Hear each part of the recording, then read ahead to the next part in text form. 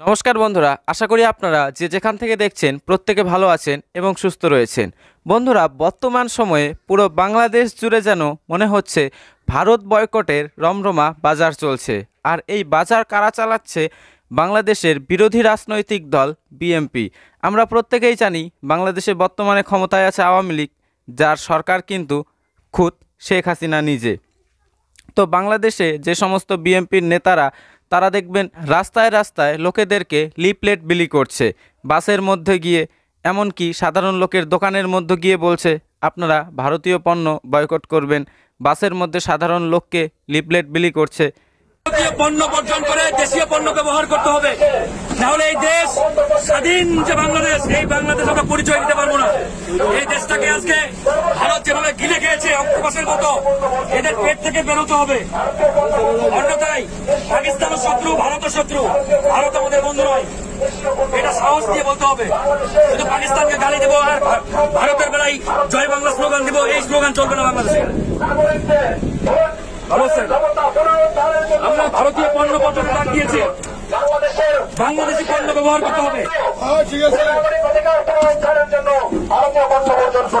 বাংলাদেশের অর্থনীতিকে সমৃদ্ধশালী করতে ভারতীয় পণ্য বর্জন করুন। বাংলাদেশের রাজনীতি সংস্কৃতিকে সমৃদ্ধশালী করতে ভারতের হাত থেকে রক্ষা করতে দেশীয় পণ্য ব্যবহার করবেন, সবাই দেশীয় পণ্য ব্যবহার করবেন। ভারতীয় পণ্য বর্জন করুন, দেশীয় পণ্য ব্যবহার করুন। দেশীয় পণ্য ব্যবহার করবেন, পণ্য বর্জন করুন, দেশীয় পণ্য ব্যবহার করুন। এই ভারতীয় পণ্য বর্জন করুন, দেশীয় পণ্য ব্যবহার করুন। পণ্য তো ভারতের বাইরে যে কোনো দেশে রাখেন, অসুবিধা নাই। ভারতের জিনিস রাখা যাবে না। ভালো আছেন? ভারতীয় জিনিস রাখবেন না ভাই। ভারত বাদে অন্য দেশের জিনিস রাখেন মামা, ভারতীয় জিনিস রাখা যাবে না। ভারতীয় পণ্য বর্জন করতে হবে ভাইজান, ভারতীয় পণ্য বর্জন করতে হবে। ভারতীয় পণ্য বর্জন করুন। বাংলাদেশের নির্বাচন ব্যবস্থাকে ভারতীয় পণ্য বর্জন করুন, দেশীয় পণ্য ব্যবহার করুন। হ্যালো ব্রাদার, এই যে আমাদের যে দ্রব্যমূল্য যে প্রতিবাদে দেশ বাঁচান, মানুষ বাঁচান। আমরা ইউথ ব্যবহার করবো না, আমরা কিনবো না এবং মানুষকে কিন্তু নিরুৎসাহিত করি। মা বন্ধুকে বলে দিব, বাসায় যারা থাকে তারাও ইন্ডিয়ান কোনো প্রোডাক্ট কিনবে না।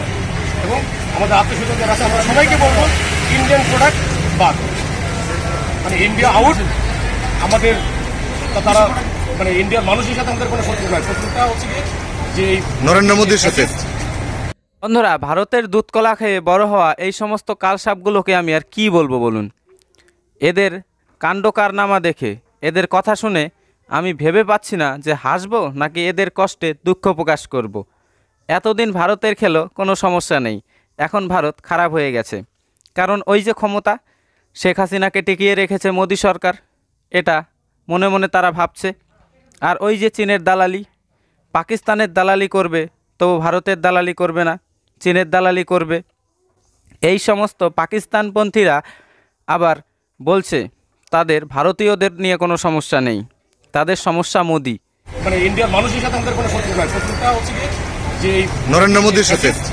দোকানে দোকানে গিয়ে এই সমস্ত বিএনপির চালাচামুণ্ডগুলো আবার লোকেদেরকে বোঝাচ্ছে যে ঘরের মা বোনদেরকে বলবেন তারা যেন ভারতীয় পণ্য বয়কট করে দেশীয় পণ্য ব্যবহার করে। শেখ হাসিনা ইতিমধ্যেই বলে দিয়েছে।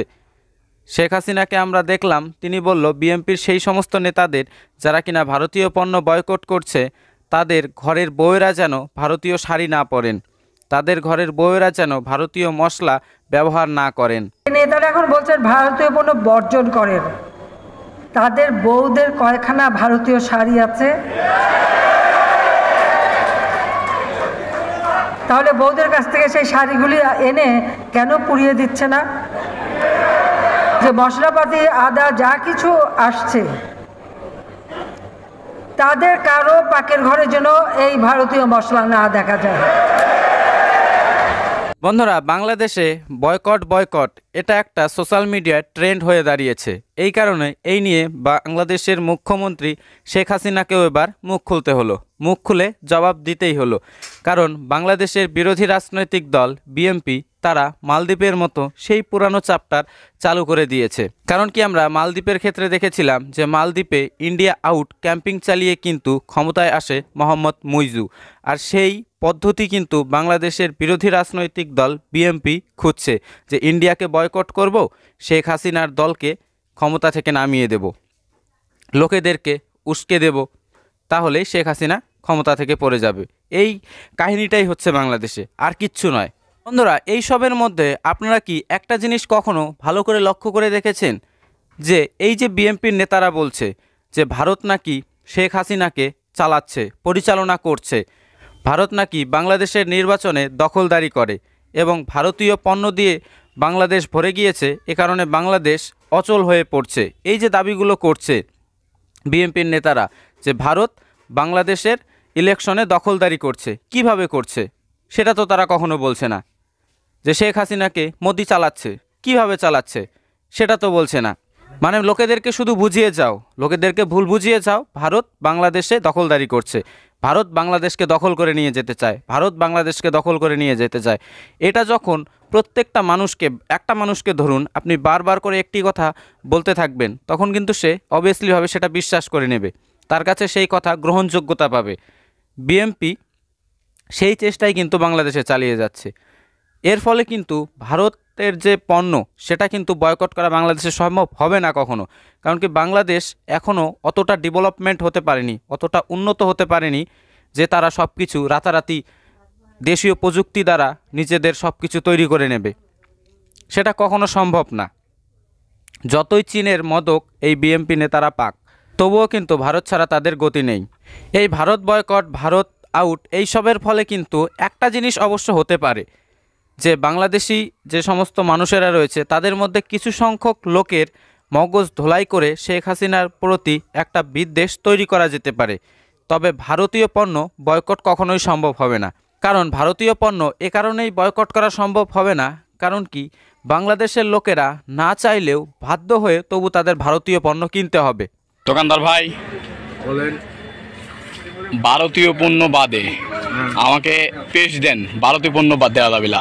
আছে বাংলাদেশি পেজ দেন, আমাকে একটা পেজ দেন। বাট ভারতীয় হলে পরে আমি কিন্তু ব্যাগ দিয়ে দেবো, ওটা আমি নেবো না। হ্যাঁ দেন, পেজ দেন। ভারত বাদে এইটা কি? এইটা কি বাংলাদেশি? এটা ইন্ডিয়ান, সব ইন্ডিয়ান।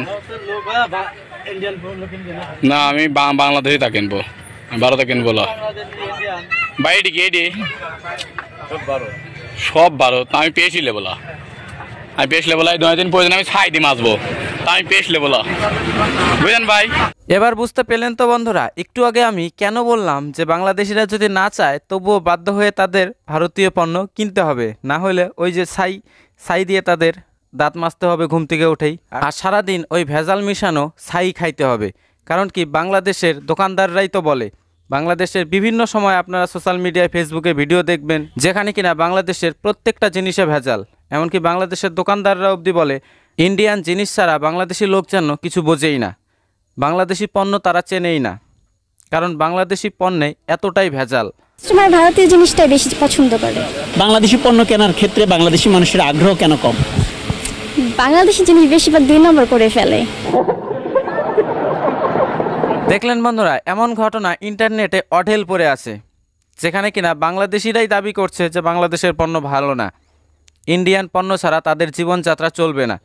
এই সমস্ত কিছু দেখার পর এবার ভারতীয় হিসেবে আমার মনে হচ্ছে ভারতেরই উচিত এই সমস্ত কিছু বাংলাদেশে রপ্তানি করা বন্ধ করে দেওয়া। কারণ কি এই সমস্ত ভারত বিদ্বেষী জঙ্গিরা যেভাবে বাংলাদেশে বসে থেকে ভারত বয়কট ক্যাম্পিং চালাচ্ছে, এদেরকে শিক্ষা করার জন্য, এদেরকে দিনের সেই আলো দেখানোর জন্য ভারতেরও উচিত যে ভারত বাংলাদেশকে যেন পণ্য দেওয়া বন্ধ করে দেয়।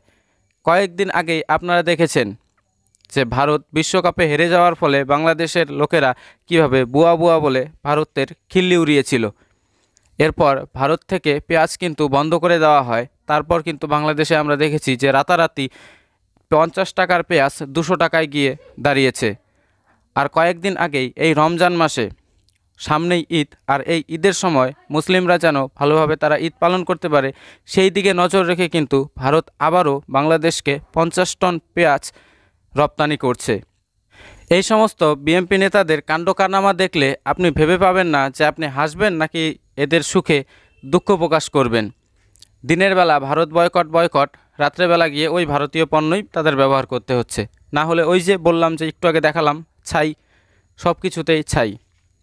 তো এইসবের মধ্যে এখানে আমি আবার আরেকটা কথা বলতে চাই, বাংলাদেশের যে সমস্ত লোকেরা ওই যে সেই লোকটার ভিডিও দেখেন যে কিনা বাইরের দেশে বসে থেকে বড় বড় বাতেলা মারে, India boycott, India out campaign চালাও, যে কিনা আবার নিজেকে আজকাল বিএনপির বড় নেতা মনে করা শুরু করে দিয়েছে, তার ভিডিওতে গিয়ে আবার বাংলাদেশের লোকেরা কমেন্টে লিখছে হ্যাঁ বস আপনি চালিয়ে যান। তো যারা এই ধরনের কমেন্টগুলো করছেন তাদেরকে বলতে চাই যে এই লোকটার কারণেই কিন্তু বাংলাদেশের যে ইমেজ সেটা কিন্তু ইন্ডিয়ার কাছে খারাপ হতে পারে। ইন্ডিয়ার কাছে এবং কি পুরো দুনিয়ার কাছে বাংলাদেশের ইমেজটা কিন্তু খারাপ হয়ে যেতে পারে শুধুমাত্র এই একটা লোকের কারণে। আজ থেকে ঠিক 3-4 মাস আগেও আপনারা যদি দেখেন তাহলে ভারত বাংলাদেশের মধ্যে সব কিছুই কিন্তু ঠিক ছিল, এই বয়কটের কোনো নামগন্ধই ছিল না। কিন্তু হঠাৎ করেই একজন আসেন এবং বলে দেন যে ইন্ডিয়াকে বয়কট করো, আর বাকি তারপরে যে কী হবে সেটা তিনি আর চিন্তা করলেন না। আর সেই সুরেই যে সমস্ত বাংলাদেশের লোকেরা নাচছেন তাদেরকে বলতে চাই আপনারা কি ভুলে গেছেন ওই প্যানিক ভট্টাচার্যের বানানো সেই গুটি ওষুধের কথা, যে ওষুধ খেয়ে কিন্তু বাংলাদেশের লোকেরা অসুস্থ হয়ে ফ্লাইট ভাড়া করে ভারতে এসে বিনা পয়সায় চিকিৎসা নিয়ে যায়। আপনারা নিশ্চয়ই ভোলেন নাই সেই ওষুধের কথা, যে ওষুধ কিনা ময়দা পচিয়ে বানানো হয়েছিল। পরে যখন সরকার সেই ওষুধ ভালো করে পরীক্ষা নিরীক্ষা করলো তখন বুঝতে পারলো যে এটা তো ময়দা পচিয়ে ওষুধ বানানো হয়েছে। সেই ওষুধের কারণে আজকে সে বাইরের দেশে বসে বসে বড় বড় বাতেলা মারছে, আর সেই বাতেলাগুলো বাংলাদেশের লোকেরা গিলছেন। বন্ধুরা, এই যে ভারত বয়কট এটা যদি আপনি দেখেন তাহলে আপনি সোশ্যাল মিডিয়াতেই শুধু দেখতে পারবেন, সোশ্যাল মিডিয়াতেই ভারত বয়কটের খবর, নিউজ, প্রতিবেদন এইসব দেখতে পারবেন, কিন্তু বাস্তবে এর কোনো ইফেক্টই পড়ছে না। যেমন তা তেমনই রয়েছে, লোকেরা ভারতীয় পণ্য আরও বেশি করে ব্যবহার করছে। বাংলাদেশের লোকেরা বলছে আমরা কেন ভারতীয় পণ্য ব্যবহার করব না, কারণ আমাদের কাছে তো সেই মানসম্মত পণ্য নেই, দেশীয় পণ্য নেই, তো বাধ্য হয়ে আমাদের ভারতীয় পণ্য ব্যবহার করতেই হবে। ভারতের পণ্য যদি ব্যবহার নাও করি তবুও তো অন্য দেশ থেকে টাকা দিয়ে নিশ্চয়ই কিনে আনতে হবে। আপনার কি মনে হয় যে ভারতীয় পণ্য বর্জন করলে আমাদের দেশের কোনো লাভ হবে? না, কোনো লাভ হবে না। আপনাকে কোনো দেশ থেকে না কোন দেশ থেকে তো আনতেই হবে পণ্যটা। আপনি ভারত থেকে আনলেন না, আপনি ভুটান থেকে আনলেন, মালদ্বীপ থেকে আনলেন, চায়না থেকে আনলেন, যে কোনো একটা রাষ্ট্র থেকে আনলেন, তাতে কি আপনার পয়সা দিতে হবে না? অবশ্যই যদি আপনার কারেন্সিটা দিতে হয় তাহলে ভারত আমার পার্শ্ববর্তী রাষ্ট্র, অসুবিধাটা কোথায়? আমরা বর্জনের দিকে না যাইয়া দেশটাকে এই ডেভেলপ যে উন্নত হইতে সেটাকে বাধাগ্রস্ত না করে আমরা নিজেরা উৎপাদন করি, এবং উৎপন্ন যখন আমরা স্বয়ংসম্পূর্ণ হব তবে এমনি সব ঠিক হয়ে যাবে, তখন আর কেউ কোনো মাথা ব্যথা থাকে। বন্ধুরা, বাংলাদেশের এই সমস্ত সাধারণ খেতে খাওয়া বুদ্ধিজীবী মানুষরা কিন্তু খুব ভালো করেই জানে যে ভারত ছাড়া তাদের আর কোনো রাস্তা নেই। কারণ আপনারাই ভেবে দেখুন, বাংলাদেশে বসে থেকে আজ যারা Bharat boycott, Bharat out campaign চালাচ্ছে, তারা চীনকে কেন বয়কট করছে না, অন্য কোনো দেশকে কেন বয়কট করছে না?